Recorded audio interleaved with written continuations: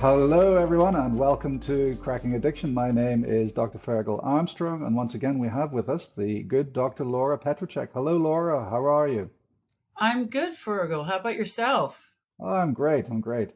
So, the last episode, we were talking about, the behavioral interventions to manage distress, and as usual, we didn't get through the entire tip mnemonic. So, last time we talked about, temperature and intense exercise really as either a way of suppressing the rage, the anger, the distress, or as a way of burning up all of that energy.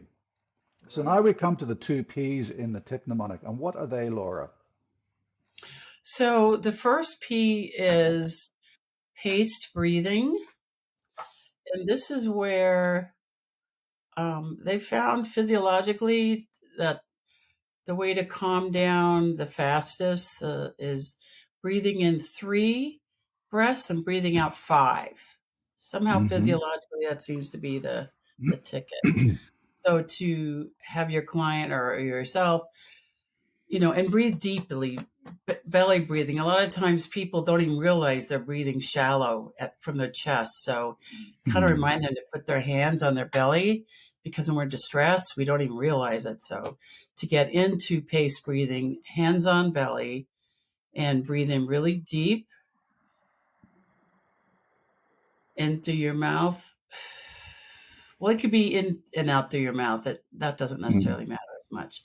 Yeah. And do that for at least, probably 2 to 3 minutes. Mm. If you could do it 5, great, even better. And you will notice a difference in your parasympathetic nervous system. I've heard and practiced various modifications to that. And I suppose really the thing to remember is it doesn't really matter how you do it, but you've got to really effectively focus on your breathing. So Yeah. I've heard where we do square breathing. It's where you breathe in for 3 seconds, you hold for 3 seconds, you breathe out for 3 seconds, you hold for 3 seconds. That's another variation that I've heard. And then also sometimes I actually quite like to bring in not only doing the breathing, but I also like to do a type of breathing technique or a meditation technique where you actually focus on either breathing in through your nose and then breathing out through your mouth during this paced breathing exercise. Or another thing to do is actually to focus and meditate on breathing in through one nostril and then breathing out through the other nostril. Oh, yeah, that's a very common yoga practice. Yeah, it is, isn't it? So if you can incorporate breathing in through one nostril and breathing out through the other with breathing in for 3 seconds, holding for 3 seconds, breathing out for 3 seconds, and holding for 3 seconds, plus putting your hand on your belly and also making sure you're doing the normal belly breathing and with the excursions of your Right? hand. And your hand on your head too. Well, I mean, if you're focusing, I suppose really it's just layer and layer of complexity on this Yeah. technique, and you're focusing on actually managing the complexity, then your mind is shifted from whatever it is that's causing you distress. And also you're getting that physiological change from the sympathetic nervous system to the parasympathetic system. Because and another way for me of conceptualizing how you can't occupy the two spaces at once. You know those pictures of is it a bird or is it a rabbit? Or Oh, is it a yeah. young woman or is it an old Yes. woman? Hold them. That's all Yes. about cognitive framing. And you can't Yeah. actually hold two cognitive frames at the same time because literally each of those frames occupies a different part of your brain. Mm. So therefore you cannot hold on to two thoughts at the same time. You can't, focus on your breathing and all of that layered complexity that I just described, and also think about the person that's pissing you off or the event that's happened and how traumatized you feel. So for me, it's about multi-layered complexity that focuses attention away from the source of the distress, plus the physiological intervention of that slow breathing. Oh. What do you say to that? Well, I really like that, Fergal. Because Oh, thank you. I usually just, hear and learn in terms of pace breathing or the box breathing, like you talked about. Yeah. Um, but not so much the multi-layered, how it really does.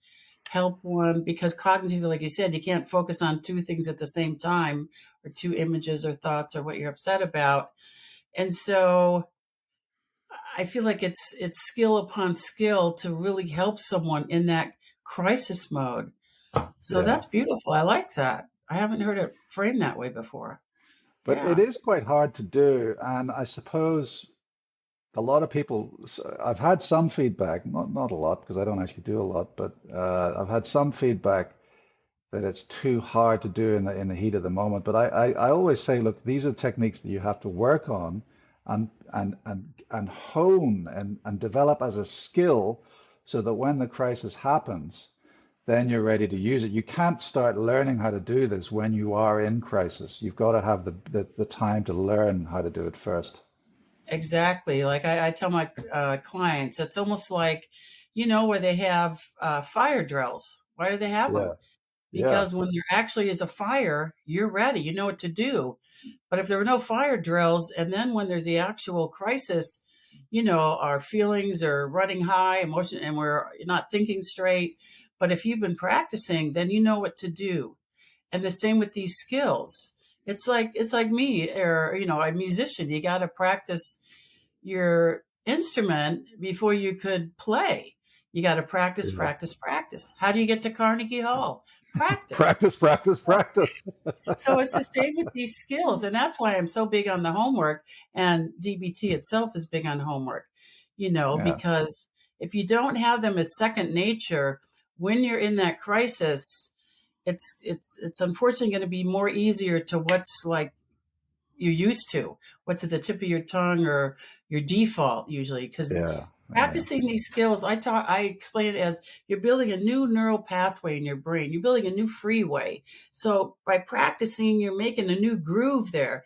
Instead of going to 580 where you usually drive down and are all out of control, let's get a new yeah, freeway, a neural pathway going, yeah, and then these will be more at your disposal.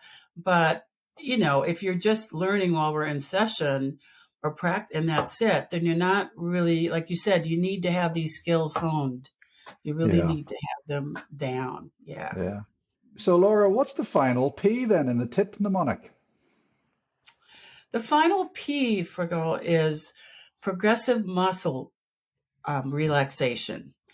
And Right. so how we teach that, so there's different apps that help a client go through what's either called a body scan or progressive muscle relaxation.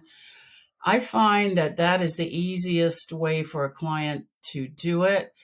Like you said earlier in the previous skill, you need to have practiced it a lot. And so when someone's in a crisis, it's going to be hard for them to talk themselves through a progressive muscle relaxation.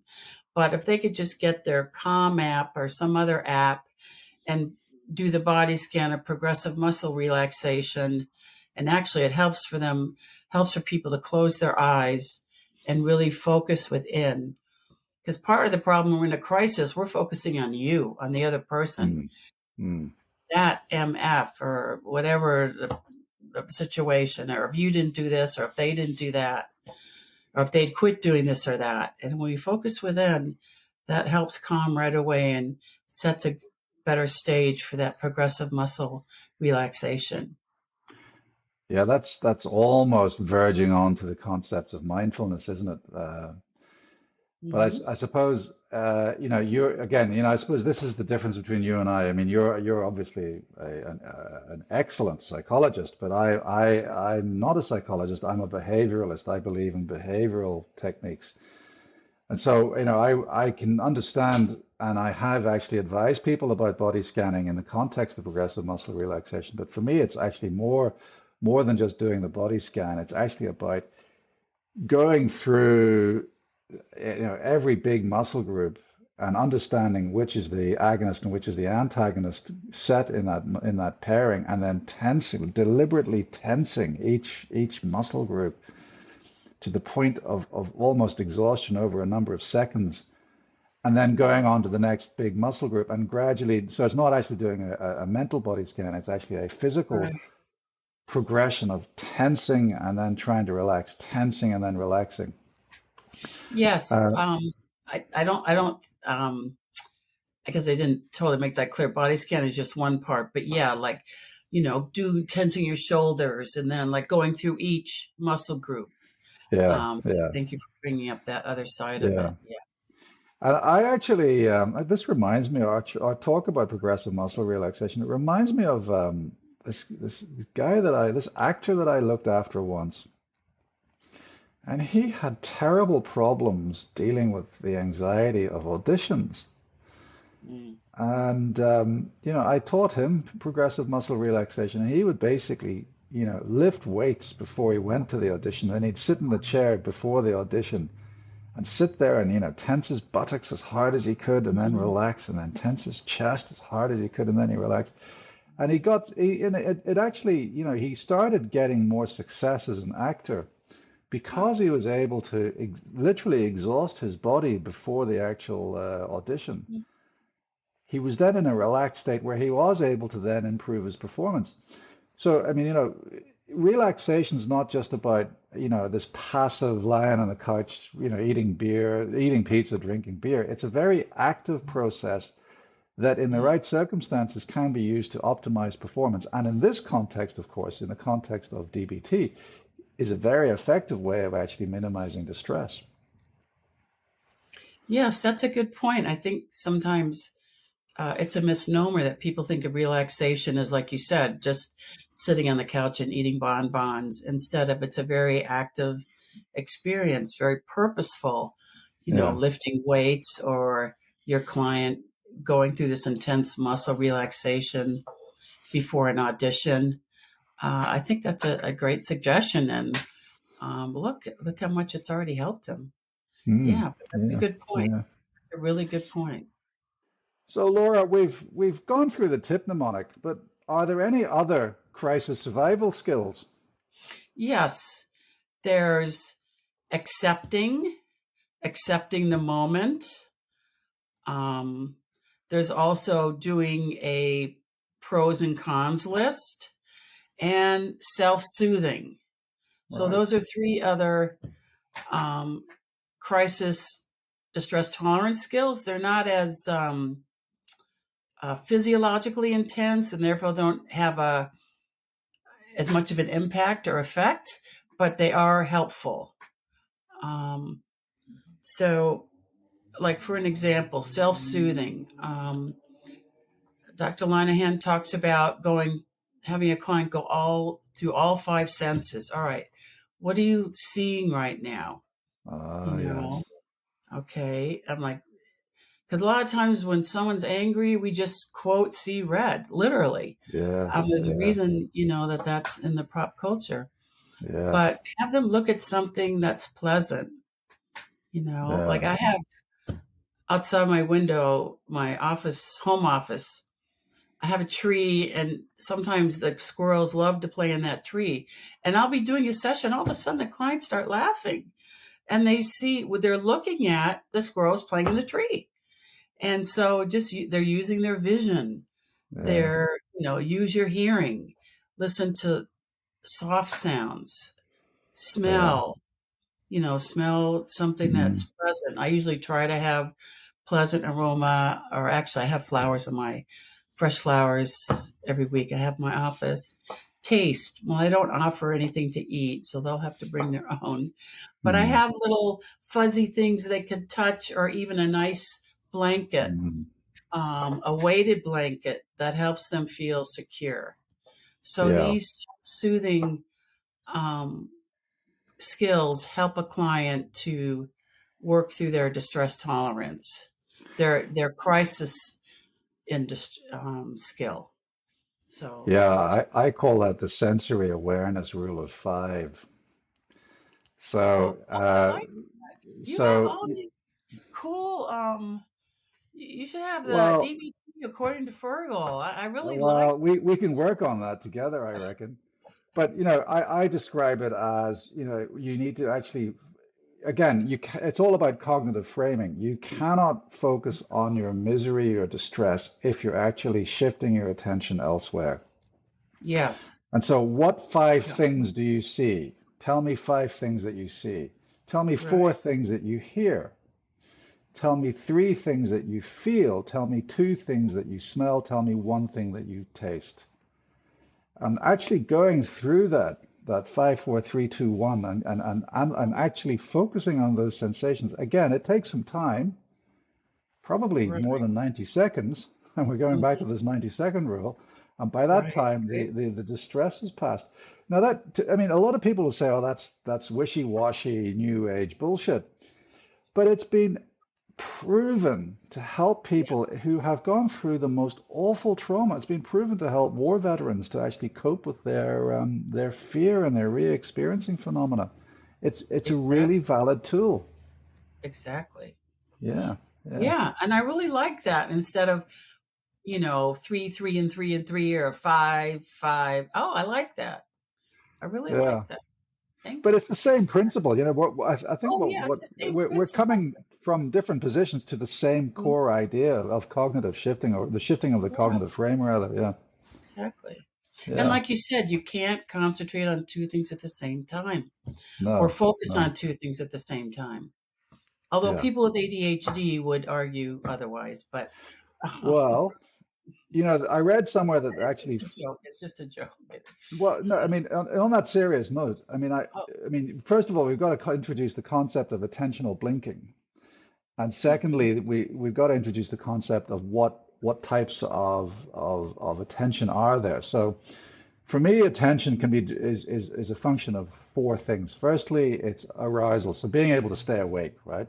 mhm, But then moving away from being able to stay awake, we have vigilance, we have divided attention, we have selective attention. So vigilance is being able to focus on something for a prolonged period of time. Then divided attention is, trying to do two things at once. And people say they can do that, but it's actually very hard to do that. And my understanding is that only really 5% of the population truly can think of two things at the same time. Everyone else has to rapidly switch from one task to the other. And that's where we have attentional blinking, because every time you move from one task to another, you have to regain, you lose focus on one, you lose the train of thought from one issue, you then have to regain focus to the other issue. And that time that it takes is actually a measurable piece of time. And that's the attentional blink, that you're actually being non-productive. So we've got that. So that's divided attention. And then finally, we've got selective attention, which is the cocktail party syndrome, where you're in a party, you're in a cocktail party. All of a sudden, you hear someone saying your name. And all of a sudden, your mind completely ignores everything else and then goes straight to whoever said your name, especially if you're, in my case, I'm a heterosexual man. So in my case, if I find a woman attractive and she says my name, therefore my attention's straight onto her. and So, to make but it for me, painless. those are the types of attention. Hmm. So, Okay. No, that's well said. Yeah. And I try to bring research in to work with ADHD clients. Like, research shows you don't really focus on two things at the same you time. don't, And no, I bring up a yeah, similar argument there, but yeah, I hear you. Um, One of the last crisis survival skills for distress tolerant or underneath the umbrella of distress tolerance is called improve the moment. right. Tell me about So that. that's an acronym that stands for imagery, meaning, prayer, relaxation, one thing, vacation, and encouragement. Right. So That's a have fabulous mnemonic. yeah, right. So Yeah. imagery, okay. What can you imagine, or where can you shift your focus, or maybe go for a hike, or go for a walk? Meaning, what can you bring meaning to what's happening right now? Sometimes clients really struggle with that one, so I don't bring that one up because usually they feel at that point when they're really in crisis, there is no meaning. So I don't focus on that one too much. Right. Prayer. A lot of people have some sort of spiritual practice. Doesn't have to be organized religion. It could be mindfulness. It could be meditation. It could be, being kind to someone, you know. or thinking nice thoughts for somebody else. So all that is under the big umbrella of prayer. And then relaxation. Now, this could be sitting around eating bonbons. This could be um, the lazy woman or man's way of relaxing. But I also liked your statement earlier, like purposeful relaxation has more of an effect. Um, and so I think that actually, I would recommend that more than just the regular relaxing because there's a more positive consequence. And then the one thing is, like in the program, they have a saying 1 day at a time or one thing at a time or 1 minute at a time. And a lot of times when someone's in crisis, they're like all over the place, right? Oh no, I'm Yeah. mad at this, but I gotta, wow, they're just like, a Yeah. helicopter. So you want to really, let's do one thing. All right, right now. What are you doing? Okay, I'm listening to you. Good. I want you to listen to me right now. Okay, what's the next one thing? What's the next right thing? That's another program saying you're going to do. Okay, I'm going to go outside and take my dog for a walk. Good. What's the next one thing? So try to walk a client through maybe 3 or 4 things Mm. instead of, I'm going to finish my report. I'm going to talk to my boss. I'm going to check my email. I'm going to go see if someone called. And because that's what happens, right? We're all over the place. Well, when someone's in a crisis. Yeah. Uh, and then the next mnemonic is vacation. The V stands for vacation. Or I think in Australia and Europe, they call it holiday. Yeah.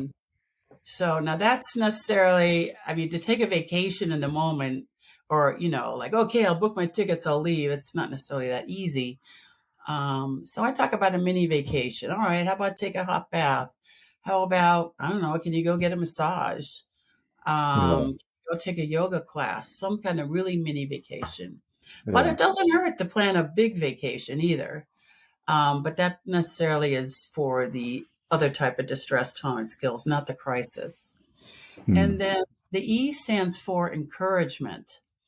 So either, and actually, oh, shoot, actually giving someone encouragement is really helpful, so helping someone else actually helps us more than the other person for most of the Mm. time.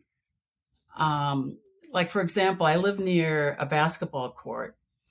And when I'm walking by, and usually I'm working with friends or I have my dog or something, and whether it's adult or kids, if they make a basket, I say, wow, great job, or Steph Curry with the shot, or just Mm. something. And they just beam.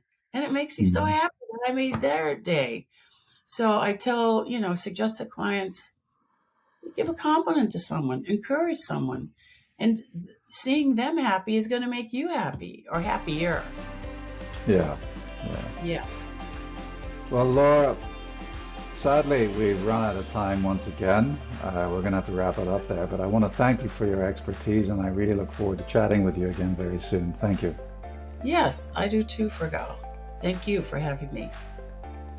That's all for today, folks. My name is Dr. Fergal Armstrong, and this has been Cracking Addiction.